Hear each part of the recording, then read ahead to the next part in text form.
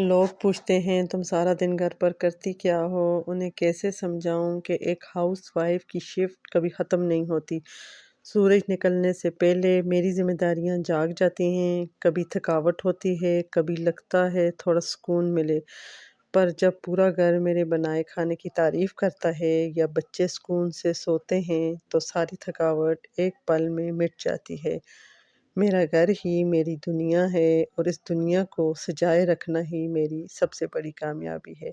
السلام علیکم، کیسے ہیں آپ سب؟ امید ہے سب خیریت سے ہوں گے۔ آج میں ایک نئے ولاگ کے ساتھ حاضر ہوں اور میں آپ کو اپنے کچن میں لے جانے والی ہوں۔ آج میں آپ کو دکھانے والی ہوں کہ میں اپنی فیملی کے لیے کیسے کھانا پکاتی ہوں۔ تو آئیں شروع کرتے ہیں آج کا کھانا کیسے بنتا ہے۔ آج میں کھانے میں فریش بینز، جسے ہم اپنی زبان میں پھلیاں بولتے ہیں، وہ بناتے ہیں۔ آپ سمپل فریش بین بھی بنا سکتے ہیں، لیکن اگر ان میں قیمہ یا چکن کے پیسز ڈال دیں تو بچے بڑے شوق سے کھاتے ہیں۔ تو آج ہم فریش بینز میں چکن کے پیسز ڈال رہی ہوں۔ آپ انہیں ضرور ٹرائی کیجیے گا اور آپ مجھے کمنٹ میں ضرور بتائیے گا کہ فریش بین کس کس کو پسند ہے۔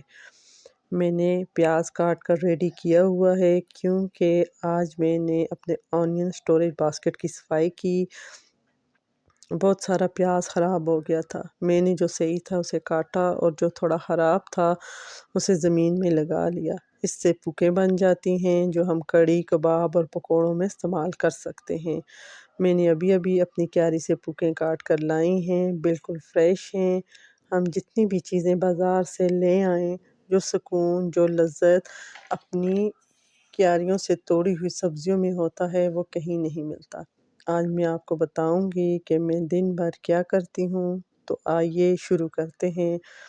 صبح کا آغاز میں فجر کی نماز سے کرتی ہوں۔ نماز کے بعد میں تھوڑی دیر کے لیے قرآن پاک کی تلاوت کرتی ہوں، تھوڑی سی تسبیحات کرتی ہوں، پھر میں ناشتہ بنانے کے لیے کچن میں جاتی ہوں۔ ناشتے میں عام طور پر انڈے، پراٹھے اور چائے بناتی ہوں۔ کبھی کبھی سوجی کا حلوہ بھی بنا لیتی ہوں۔ بچے پراٹھے کے ساتھ بڑی خوشی سے کھاتے ہیں۔ ناشتہ کرنے کے بعد میں گھر کے کاموں میں لگ جاتی ہوں۔ میں گھر کی صفائی کرتی ہوں، کپڑے دھوتی ہوں، برتن دھوتی ہوں، گھر کو منظم رکھتی ہوں۔ شام کو میں اپنے بچوں کے ساتھ وقت گزارتی ہوں، ان کو پڑھاتی ہوں اور ان کے ساتھ گپ شپ کرتی ہوں۔